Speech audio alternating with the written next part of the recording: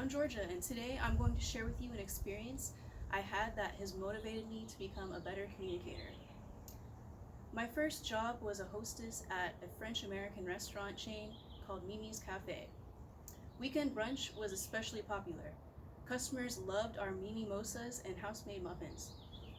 One Sunday morning, we had our usual rush of after-church goers. The restaurant was packed, and the lobby had a line of people waiting to be seated.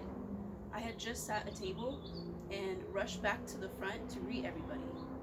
The front of the line was a man and a woman, the man having a disgruntled look on his face. With them was a big brown dog with a vest on, indicating to me it was a service pet. I welcomed them with a cheery, "Bonjour, welcome to Mimi's, table for two," as I grabbed two menus. The man nodded yes.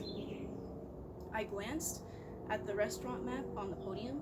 All the tables were full, except for the outside patio. I asked the couple, "Would you like to sit outside today?" And the man said impatiently, "No, this is a service dog. I want a table inside." I replied with something along the lines of, "That's fine. You will just have to wait a while as we prepare a table. I will put your name down on the wait list." And before I could finish explaining, the man stammers, "That's it. I'm gonna write a federal complaint." At the moment, I didn't know what that meant, but it didn't sound good.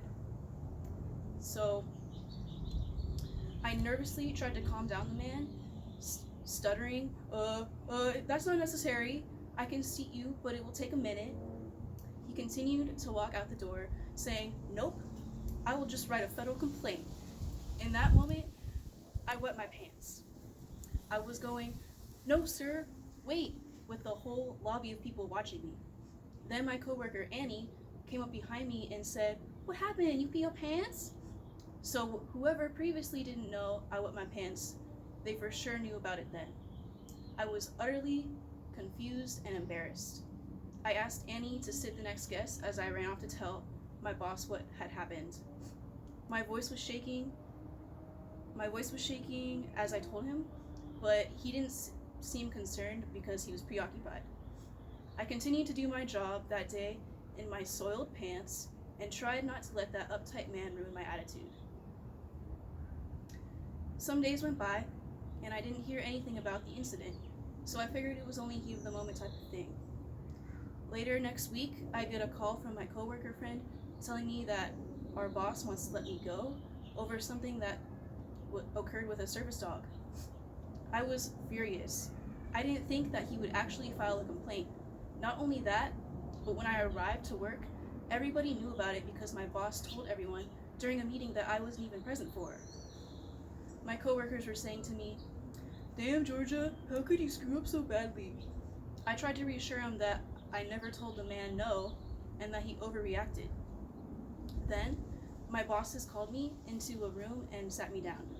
They said to me, "Corporate called us and said that a man filed a complaint because a hostess at our location refused him service. Haven't we stressed to you all enough that you can never tell our guests no?" Once again, I tried reassuring them that I never refused him any service, but they didn't care for my explanation. They continued to lecture me, saying, "This will cost the business a ton of money if he follows through with legal action. We have been in contact with him. His wife says that he may have made you a little nervous with the way he reacted. He says he doesn't want to come in when the rude host is here. We settled upon giving him a complimentary meal to apologize for his distress." I was so agitated. I couldn't believe this man was getting a free meal for his distress after I was the one who peed myself in front of a crowd of people. The whole thing seemed fishy to me. I reckon he was going through all this trouble just to eat for free. He most likely has done this before, and he will keep doing it if it lets him get his way. In my opinion, that's not a service dog he has, that's a freebie dog. Anyway, my boss continued saying, "We hope you never have this problem again. I don't care if it's a service elephant. You are going to seat that guest." And that concludes my story of how I almost got my workplace a lawsuit. Thank you.